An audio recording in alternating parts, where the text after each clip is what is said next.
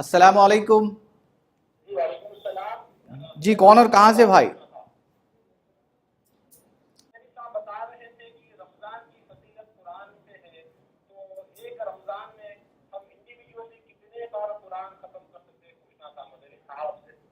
جی کل ہماری گفتگو ہوئی تھی اس بارے میں کہ رمضان المبارک کی جو اہمیت ہے، لوگ یہ سمجھتے ہیں شاید روزوں کی وجہ سے. بات ایسی نہیں. شہر رمضان الذی انزل فیہ القرآن، قرآن مجید نازل ہونے کی وجہ سے رمضان مبارک کی اہمیت بڑھ گئی. اس کے بعد اللہ سبحانہ وتعالیٰ یہ کہہ رہے ہیں کہ ھدی للناس وبینات من الہدی والفرقان فمن شہد منکم الشہر فلیصم، کہ جو کوئی اس مہینے کو پالے وہ روزہ رکھے. تو روزے کا ذکر بعد میں آیا. تو بھائی نے اچھا کیچ کیا پوائنٹ کو، کہہ رہے ہیں کہ جب اتنی فضیلت تو پھر قرآن مجید کو کتنے مرتبہ پڑھنا جی چاہیے. تو دیکھیں اللہ کے نبی صلی اللہ علیہ وسلم نے ارشاد فرمایا کہ لم یفقہ، اس آدمی نے قرآن کو سمجھا نہیں جو 3 دن سے کم میں قرآن کو ختم کر لے. تو کوشش یہ کریے کہ ہر 3 دن میں ایک مرتبہ قرآن مجید ہو، اس سے کم میں نہ ہو. البتہ یہ عام دنوں کے لیے، یہ عام دنوں کے لیے. لیکن رمضان مبارک کے لیے عثمان غنی رضی اللہ تعالیٰ عنہ اور صحابہ کرام سے ہم کو ایسے آثار ملتے ہیں کہ ایک رات نہیں، پورا دن، 24 گھنٹے کا دن میں ایک دن میں قرآن پڑھا کرتے تھے.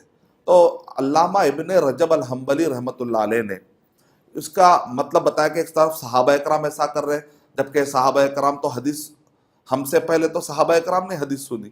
تو آخر مطلب کیا ہے؟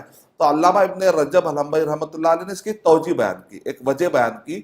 کہا کہ باقی کے جو 11 مہینے ہیں اس کے اندر ہم 3 دن سے کم میں قرآن مجید کی تلاوت کو ختم نہیں کریں گے. لیکن رمضان مبارک میں چونکہ نیکیاں لوٹنے کا مہینہ ہے، تو اس وجہ سے اگر آپ 24 گھنٹے میں، ایک رات میں نہیں، پورے 24 گھنٹے دن اور رات میں اگر آپ رکتے اگر آپ قرآن مجید مکمل کرتے ہیں تو اس کی اجازت ہے. لیکن ابن مسعود رضی اللہ تعالیٰ عنہ کہتے ہیں کہ ہم جب تک 10 آیتیں سمجھ نہیں لیتے تو آگے نہیں بڑھتے تھے. تو بہتر یہ ہے کہ 3 دن کا گیپ ہم دیں. اور صحابہ کرام کی عمل کی بنیاد پر کوئی کر رہا تو ہم اس کو غلط نہیں کہہ سکتے. لیکن بہتر کیا اللہ کے نبی صلی اللہ علیہ وسلم کا قول ہے، تو اللہ کے نبی صلی اللہ علیہ وسلم کے قول کا خیال رکھتے ہوئے 3 دن میں ایک مرتبہ قرآن مجید ختم کریے.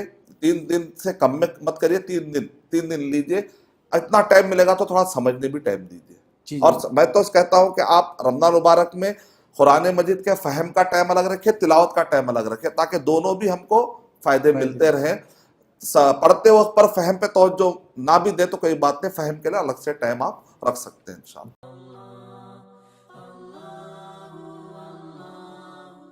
For authentic Islamic information, please log on to www.askislampedia.com.